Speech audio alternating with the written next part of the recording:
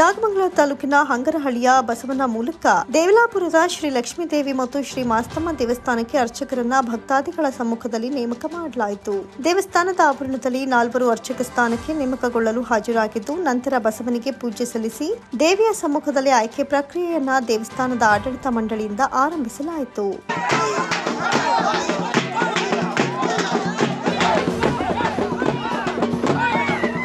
ಈ ಸಂದರ್ಭದಲ್ಲಿ ಅರ್ಚಕರಾಗಲು ಮುಂದಾಗಿದ್ದ 4 ಪೈಕಿ ಕಾಂತ ಎಂಬಾತನನ್ನ ಬಸವ ಗುರುತಿಸಿ ಆಯ್ಕೆ ಮಾಡಿತು.